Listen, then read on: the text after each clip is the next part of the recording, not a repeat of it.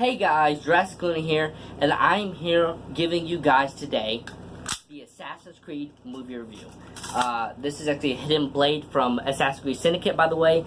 You can go get this from GameStop if you want. But anyways, guys, let's get right into this Assassin's Creed movie review. I don't want to discuss anything else right now. I just want to discuss this entire movie. So let's get straight into this review. Okay, guys. So personally, I feel like this movie was meant for fans. Fans of the Assassin's Creed series. I don't think it was really meant for moviegoers.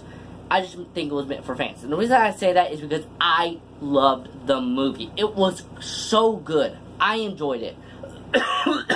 And a lot of my friends that are also fans of the Assassin's Creed game universe, they also said that they also loved the movie as well, and they also agree with me that they think that it was meant for fans. But is that good? No, it's not good at all.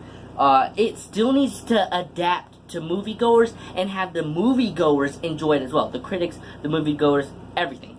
They need to let them agree and actually enjoy the movie as well. I don't know why I said agree. But enjoy the movie in general. And that's something that this movie lacks. But like I said, I think it was mainly meant for fans. And I will be discussing flaws and the pros and the cons of this movie. Let's get straight into the cons though. The pros. We'll get into the cons later. First off, I thought that this movie fit so perfect into the Assassin's Creed universe. It fit so well, so perfect, and I enjoyed it. It actually shows you some things that, it explains what's going on in the. I don't think I mentioned this. This is a spoiler review, guys. Just saying. It actually extends the modern day universe of Assassin's Creed, which Unity and Syndicate both lack. They have not really been expressing, and Black Flag a little bit. Black Flag, I'm going to say Black Flag just because a teeny bit. Black Flag, Unity, and Syndicate, they all lack modern day story. While this movie, while the Assassin's Creed movie universe that I feel like they're going to be doing, it's going to be mainly focusing on modern day. Showing you what's going on with the modern day assassins, what they are doing, what is going on with the modern day Templars. Because this movie takes place in 2016, modern day does. And honestly, I enjoyed the movie. Like I said, I enjoyed it. I'm going off track because I'm so excited. It's just like, that's how great it fits in. We get introduced to the CEO of Abstergo Industries, who is played by Jeremy Irons. His name is Rickon. I can't really remember his name. We also get to be introduced to his daughter, Dr. Sophia Rickon. I forgot their last names. I can't say it right. All I know is it's Rikken. But anyways, guys, as I was saying, so we got introduced to them. We also got introduced to Cal Lynch, which is played by the great Michael Fassbender.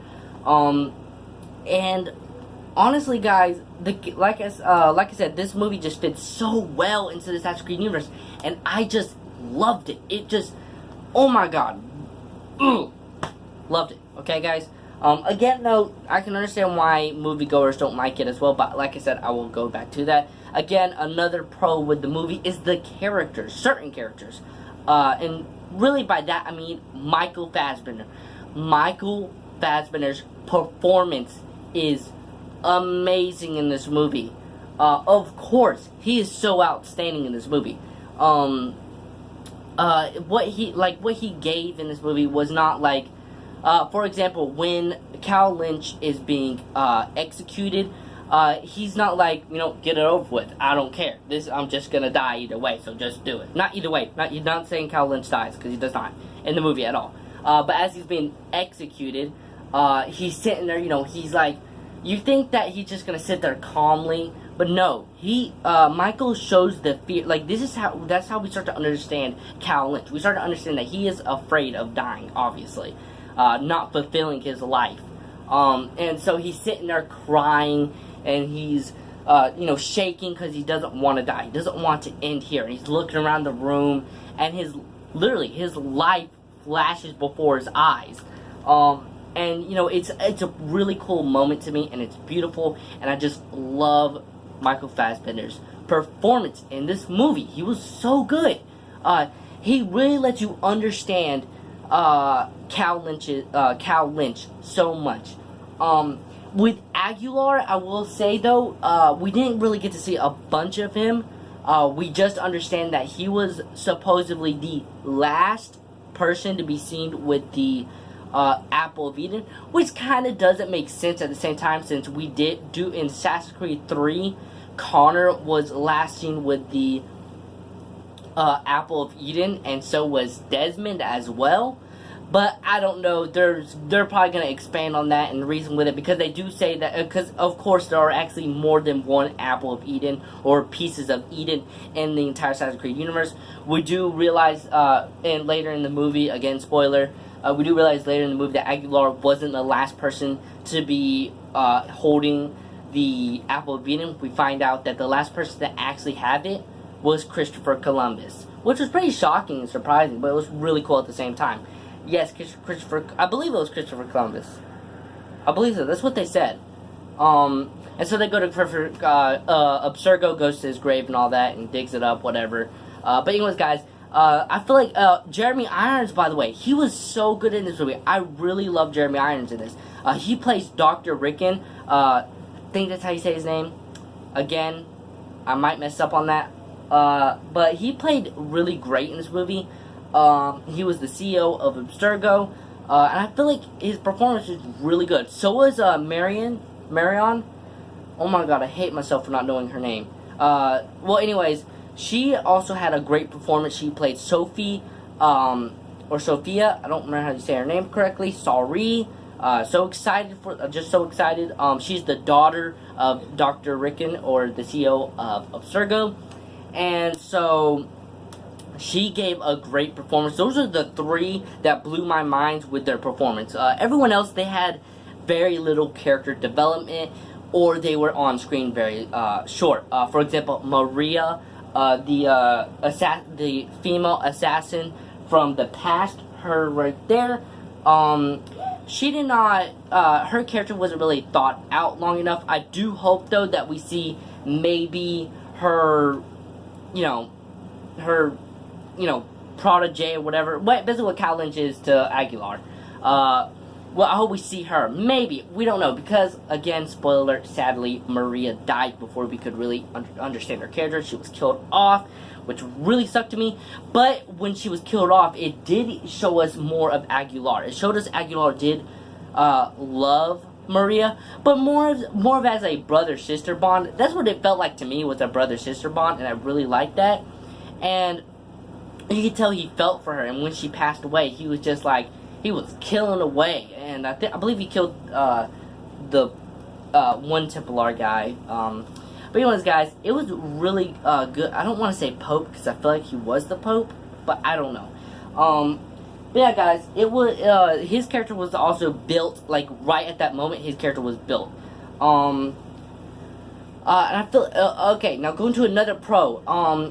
The sequences slash some like moments in the movie were so beautiful and iconic to me. For example, throughout the movie, because of the animus and how small basically it is, Cal Lynch can't perform a leap of faith correctly. He just can't. Like, while he's in it, because he's either from too much of a tall building, so they gotta pull him out as he's falling so he doesn't hit the ground too hard, and well, yeah, that's really it.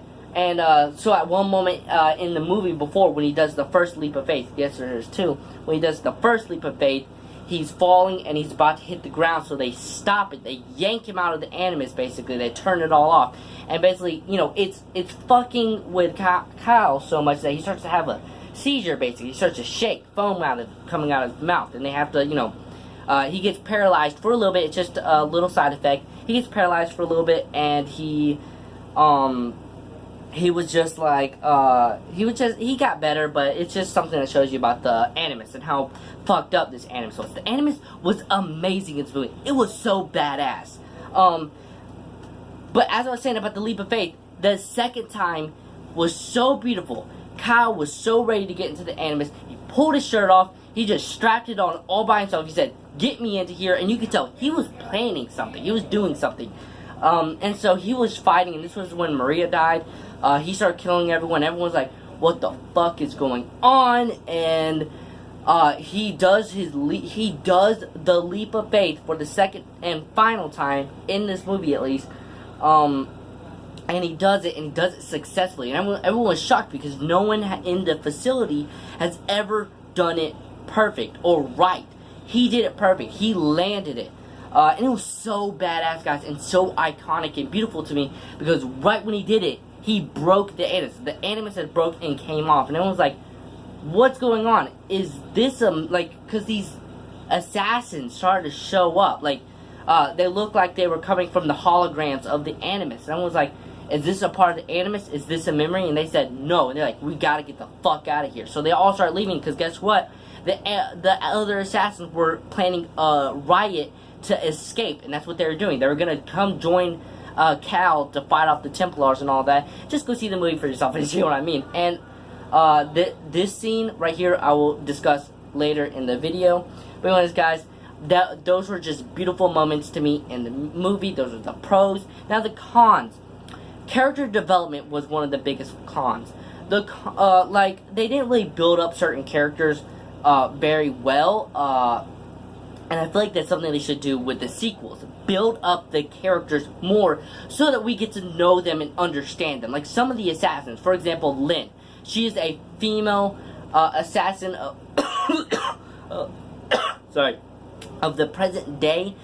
She was pretty badass, and I feel like we need to learn her character more and understand her character, and that's a character I really want to get to know. Same thing with this one character, I forgot his name. He's played by Michael K. Williams, I believe that's his name. He was a pretty badass character to me, and I feel like I want to get to know his character, so I hope they build up his character more in the next movie. Another con with this is the lack, it was too fast-paced as well, like really fast-paced. I feel like that's what a lot of moviegoers have a problem with. It like really got to the point really fast. And he also, like, the times he was in the Animus were really short. And he only went in them 3 times, and it was really short. How many times did we go into the past? 4 times. We went into it 4 times. The beginning scene and 3 other and the scenes with the Animus. And I feel like this is something that they really lacked in was it was too fast paced. They need to slow it down, smoothen it. You know, let the audience, you know, let the audience be pushed into it. Don't just force the movie on us. Let us be brought into the movie. You know what I mean? But anyways, guys, those are really the cons that I felt like, mainly the character development. Those are the cons I felt for the movie, personally, as a fan. Now, I do want to discuss the scene that I was talking about before. Okay, so as I was saying, these ghosts of past assassins all appear around Cal. You got Aguilar, his father, his mother shows up, and they're all talking to him, and then all of his other ancestors start to pop up around him, past characters, past assassins that are related to Lynch and Cal. And honestly, for a second, I just thought it was a bunch of assassins. I was like, holy shit, is Ezio about to show up? Is Altair? Sadly, none of them showed up. It was just a bunch of random assassins. Until one showed up. And I was like, holy fucking shit, is that Arno from Assassin's Creed Unity? Yes, guys, it really felt like I saw Arno from Assassin's Creed Unity. I do not know if it was him. It just looked a lot like him. You didn't see his face, you just saw the hood. The costume just looked like his default costume from Assassin's Creed Unity. I was like, really shocked. I was like, did they just reveal that Kyle is related to Arno? Or in some way, I don't know, guys. Because I don't think it was said in the universe that Arno is related to Desmond. Because if you think about it, Arno is living in the same timeline, or his time is not too far away from Connor Kenway, who is definitely related to Desmond. Like, that's why I've always wanted a Connor and Arno crossover, because that's just a crossover that needs to be made, because their time is not really far apart. So that's honestly a crossover I feel like needs to happen.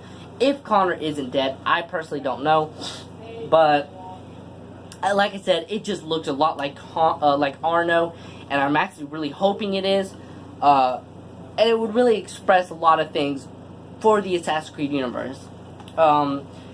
But yeah, guys, like I said, this movie was great, definitely for the fans. If you are a fan of Assassin's Creed, go see it. If you're just a regular moviegoer, I don't really think you would enjoy it, but still, go see it. See if you actually enjoy it.